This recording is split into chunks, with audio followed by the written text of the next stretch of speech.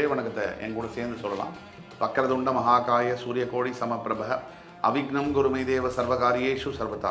தென்னாட்டுடைய சிவனே போற்றி, என் நாட்டவர்க்கும் இறைவா போற்றி. அன்பர்களே, நண்பர்களே, இந்த புதிய காணொலியில் உங்கள் அத்துணை பேரையும் சந்திப்பதில் மிக்க மகிழ்ச்சி கொள்கிறேன். இன்றைக்கு நம்ம பேச போகிறது ஒரு புதிய டாபிக். அந்த டாபிக் பேர் மேரேஜை பற்றினது, திருமணத்தை பற்றினது. திருமணத்தை பற்றி நம்ம ஏன் அதிகமாக பேசுகிறோம் அப்படின்னா, திருமணத்தை விட ஒரு பெரிய முடிவு என்பது வாழ்க்கையில் இருக்க முடியாது. ஒரு மனிதனை மிகப்பெரிய ஒரு உயரத்துக்கு எடுத்துகிட்டு போகிறதும் திருமணம் தான். அதே மனிதனை உயரத்திலிருந்து அதல பாதாளத்துக்கு கொண்டு போய் சாவடிக்கிறதும் கூட திருமணம் தான். திருமணம் என்பது புரியாத புதிர். இது படித்தவர்கள், படிக்காதவர்கள், ஜீனியஸ், அவங்களாம் கூட தோற்று போயிருக்காங்க மேரிட் லைஃப்பில். ஸோ உங்களோட திறமைக்கும் உங்களுடைய மனதுக்கும் நீங்கள் நல்லவரா கெட்டவராங்கிறதுக்கும் எல்லாத்துக்கும் மீறி திருமணம் வெற்றி பெறணும்னா உங்களுக்கு முதல்ல வேணுங்கிறது பொறுமையும் நிதானமும், புரிந்து கொள்ளக்கூடிய தன்மையும், விட்டு கொடுக்கக்கூடிய மனப்பான்மையும். ஸோ நீங்கள் ஐஏஎம்மில் படிச்சிருக்கீங்க, நீங்கள் பெரிய டாக்டரு, நான் பெரிய பிஹெச்டி படிச்சிருக்கேன், இதெல்லாம் திருமணத்துக்கு அக்கறையே இல்லை. திருமணம் என்பது டைரக்டான ஃபேட்டு, விதி. அது சிக்கிம், பூட்டான், நேபாள் லாட்டரி மாதிரி. எல்லாருமே ₹1 கொடுத்தா வாங்குவாங்க. அதில் 10 லட்சம் பேரும் ₹1 கொடுத்து வாங்கினாலும் ஒருத்தருக்கு மட்டும்தான் 10 லட்சம் வரும். அது மாதிரி தான் அது. அதனால் நீங்கள் உங்களோட அறிவோ, படிப்போ, உங்களுடைய புத்திசாலித்தனமோ இதெல்லாம் திருமணத்தில் வேலை செய்யாது. திருமணத்தில் வேலை செய்யக்கூடியது உங்களோட விதி மட்டும்தான். அது உங்கள் கையில் எப்போவுமே இருந்ததில்லை, இனிமேலும் இருக்க போகிறதில்ல. அப்போ திருமணம் என்பது எப்படி வேலை செய்யும்? திருமணம் வேலை செய்யணும்னா சில விஷயங்கள் நான் சொன்னேன்ல. முதல் நீங்கள் கற்றுக்க வேண்டிய பாடம் பொறுமை, நிதானம், சகிப்புத்தன்மை. எதையும் எப்போ வேணாலும் எதிர்பார்க்கலாம். Predict the unpredictable. அப்படி இருந்தால் மட்டும்தான் நீங்கள் மேரேஜ் லைஃப்லேயே போகணும்.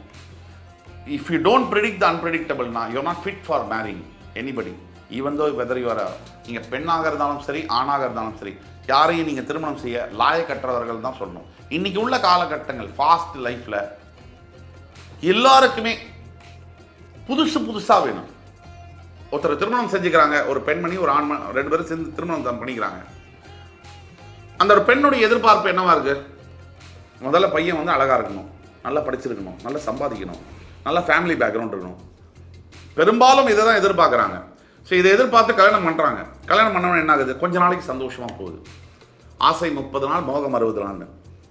அதுக்கப்புறம் என்ன நடக்குது? புதுசாக அந்த பெண் அவங்கள்ட்ட எதிர்பார்க்குறாங்க. நல்ல ஃபன்னியாக பேசணும், ரொமான்டிக்காக இருக்கணும், அக்கறை எடுத்துக்கணும், ரொம்ப பேசிகிட்டே இருக்கணும். சரி, இப்படி வச்சுப்போம். ஒரு ஹிந்தி சீரியல் நீங்கள் பார்த்தீங்கன்னு சொன்னால் அதில் ஒரு ஆண் பார்த்தீங்கன்னா எப்போ பாரு அந்த பொண்ணு பின்னாடியே உட்காந்து அந்த துப்படா பிடிச்சிட்டு பேசிகிட்டே இருப்பார். அப்படி நம்மளால் பேசிகிட்டு இருந்தாங்கன்னு சொன்னால் வீட்டில் உல பொங்காது. வெளியே போய் சம்பாதிக்கணும்ல. அவன் சம்பாதிக்கிறதை விட்டு பொண்டாட்டியோட துப்படா பிடிச்சிட்டு பேசிகிட்டு இருந்தான்னு சொன்னால் ஒன்று அவனுக்கு பூர்வீக சொத்து இருக்கணும், இவன் வேலைக்கு போகலாம் பரவாயில்ல, வீட்டு வாடகையை வச்சு கலெக்ட் பண்ணுற அளவுக்கு இருக்கணும். அப்படி தான் அது யதார்த்தத்தில் சாத்தியம். ஆனால் நிறைய பெண்கள் தன்னுடைய கணவர்கிட்ட எதிர்பார்க்குறது, என் கூட பேச மாட்டேங்கிறாரு, என் கூட கேர் பண்ண மாட்டேங்கிறாரு. இங்கிருந்து தான் விரிசல் ஆரம்பிக்குது. என்ன பேசுவார் அவர்? நீங்கள் யாருக்கும் நான் ஆண்களுக்காகவோ பெண்களுக்காகவோ ஒரு அவங்களுக்காக நான் பேசலை, நான் பொதுவாகவே பேசுகிறேன். என்ன பேசுவார் அவர்? இப்போது திருமணம் ஆகிறதுக்கு முன்னாடி தான் உன்னை பற்றி எனக்கு தெரியணும், என்னை பற்றி உனக்கு தெரியணும். கல்யாணமெல்லாம் ஆனதுக்கு பிறகு என்னத்தான் பேசுவார் அவர்? என்ன பண்ணுற, சாப்பிட்டியா, இதை தான் திருப்பி பேச முடியும், வேறு எதுவும் பேச முடியாது. ஸோ ஏன்னா ஒரு ஒரு உடல் அளவில் கூட ஒன்றா ஆனதுக்கு பிறகு அவர் என்ன தான் பேசுவார் உங்கள்கிட்ட? ஸோ நீங்கள் தான் அவர்கிட்ட என்ன பேசுவீங்க? ஸோ ஒரு காமெடியாக பேசுறதுங்கிறது என்றைக்காவது அகஸ்மாத்தான் நடக்கும். அது ஒரு நல்ல ஃபீல் கொடுக்கும். அந்த காமெடி ஃபன்னுங்கிறது டெய்லியே பண்ண முடியாது. அப்படி பண்ணால் பைத்தியம்னு அர்த்தம் இல்லையா? அப்போ நிதர்சன குடும்பத்தில் டெய்லி எப்போ பார்த்தா வா சிரிச்சுக்கிட்டே ஆஃபீஸில் இருந்தது அப்படி சொல்லிலாம் பேச முடியாது. ஆக திருமணம் பந்தங்கள் முறிவதற்கான முக்கிய காரணங்கள் என்பது எதிர்பார்ப்பை குறைத்து கொள்ளாமல் இருக்கிறது தான். எந்த ஒரு எதிர்பார்ப்பும் இல்லாமல் ஒரு திருமணத்திற்குள்ளே போகிறவர்களுக்கு திருமண பந்தம் முடிவதற்கான இதுவே இருக்காது, சான்ஸே இல்லை. எதிர்பார்ப்பு இல்லாத இடத்தில் ஏமாற்றங்கள் எப்படி இருக்க முடியும் இல்லையா? ஸோ அந்த அளவில் இருக்குது. இதே மாதிரி பையனும் அப்படி தான். நம்ம பொண்ணை மட்டும் சொல்கிறேன்ல, பையனும் அதே மாதிரி தான். என் மனைவி இப்போது ரொம்ப வயசாகிடுச்சு, நம்ம மாறதுக்கு வார மனைவியெல்லாம் மாற்ற முடியாது. அதே பொண்ணு மனைவி தான் சாகிற வரைக்கும் அவங்க தான் இருப்பாங்க. மாற்றிக்கிட்டுலாம் இருக்க முடியாது. உங்களுக்கு கூட தான் வயசாகுது. ஸோ அதெல்லாம் ஒரு காரணமாக இருக்க முடியும். ஆக திருமண பந்தம் முடிவதற்கான காரணம் என்னென்னா சகிப்புத்தன்மையும், ஒரு பொறுமையும், நிதானமும், பேலன்ஸ்டான மைண்ட் செட்டு இது இல்லாதது தான் முக்கிய காரணம். அப்போ திருமணத்துக்கு ராசி வகையில் பார்க்கும்போது எந்தெந்த ராசிகளை திருமணம் செய்யும்போது கொஞ்சம் அலர்ட்டாக இருக்கணும். உடனே இந்த ராசிகள்லாம் திருமணமே செய்யக்கூடாது அப்படின்னு நம்ம சொல்லவே இல்லை. திருப்பியும் தெளிவாக சொல்கிறோம். இந்த ராசிகளை திருமணம் செய்யும் போது நம்ம இன்னுமே கொஞ்சம் அலர்ட்டாகவும் அசர்ட்டிவாகவும் இருக்கணும். அது எந்தெந்த ராசி? அதில் முதலிடம் பெறுவது மீனராசி. இந்த மீனராசி பெண்களுக்கு ஒரு தனித்துவ குணம் உண்டு. பையன்களுக்கும் நான் சேர்த்து தான் சொல்கிறேன். ஒன்று, அவங்க என்ன நினைக்கிறாங்கன்ற கம்யூனிகேஷன் வந்து அவங்களுக்கு தான் என்ன நினைக்கிறோம் அப்படிங்கிறத சரியான முறையில் கம்யூனிகேட் பண்ண அவங்களுக்கு வராது. இது ஒரு பெரியது. சரி, அவங்க என்ன நினைக்கிறாங்கன்னு மற்றவங்க யாராலையும் புரிஞ்சுக்கவும் முடியாது. இது ரெண்டாவது பாயிண்ட். இந்த மாதிரியான அமைப்புகள் இருக்கும் போது மீனராசியில் இருக்கக்கூடிய பெண்களாக இருக்கட்டும், ஆண்களாக இருக்கட்டும், தன்னுடைய வாழ்க்கை துணைக்கிட்ட போய் எனக்கு இது வேணும், எனக்கு இது வேணாம் அப்படின்னு சொல்லக்கூடிய தெளிவு இருக்காது. இது ஒரு மிகப்பெரிய ஒரு ப்ராப்ளம். அந்த கம்யூனிகேஷன் வந்து பார்த்தீங்கன்னா எந்த ஒரு உறவுலையுமே, ரிலேஷன்ஷிப்லையுமே கம்யூனிகேஷன் என்பது கீ டு சக்ஸஸ். இந்த கம்யூனிகேஷன் இல்லைன்னு சொன்னால் எந்த ஒரு ரிலேஷன்ஷிப்பும் ஃபெயில் தான் ஆகும். ஏன்னா ஃப்ரீக்வெண்ட்டாக நீங்கள் கம்யூனிகேட் பண்ணிகிட்டே இருக்கணும். நீங்கள் வந்து ஃப்ரீக்வெண்ட்டுன்னு சொன்ன உடனே காலையில் எழுந்த உடனே சாயங்காலம் வரைக்கும் உட்காந்து எப்போ பாரு கம்யூனிகேட் பண்ணுறது இல்லை. தேவைப்படும் போதெல்லாம் கொஞ்சம் கூட சலிக்காமல்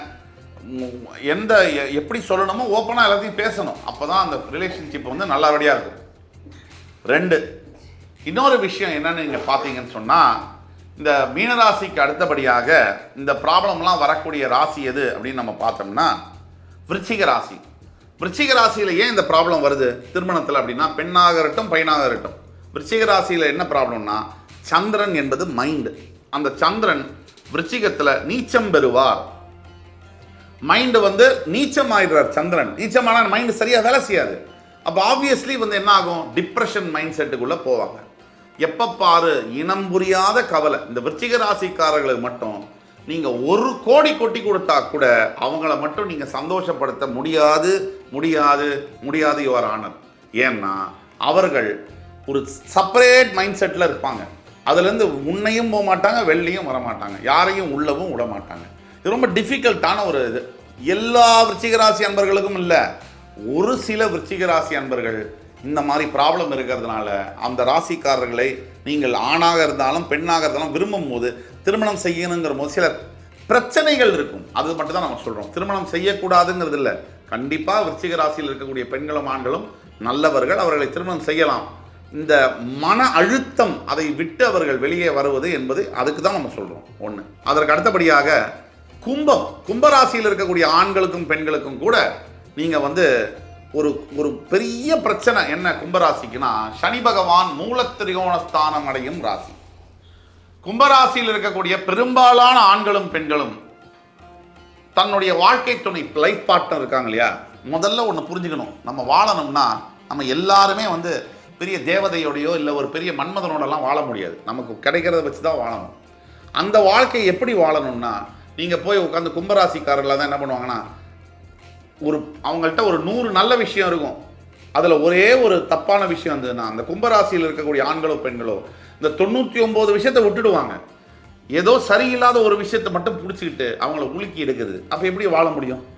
ஸோ இந்த பிரச்சனை காரணமாக கும்பராசியில் இருக்கக்கூடிய ஆண்களாக இருக்கட்டும் பெண்களாக இருக்கட்டும் நிறைய திருமணத்தில் நிறைய பிரச்சனைகளை சந்திக்கிறார்கள். இப்போது திருமணம் அப்படின்னு ஒரு ப்ராப்ளம் வருதுன்னு சொன்னால் எப்பவுமே, இப்போ இல்லை எப்பவுமே ஒரே ஒரு சைடில் மட்டும் ப்ராப்ளம் இருக்க வாய்ப்பே இல்லை. 2 சைட்லேயும் தான் இருக்கும். ஆனால் எப்படி இருக்கும்னா 80% ஒருத்தர் மேலேயும் 20% ஒருத்தர் மேலேயும் தான் ப்ராப்ளம் இருக்கும்.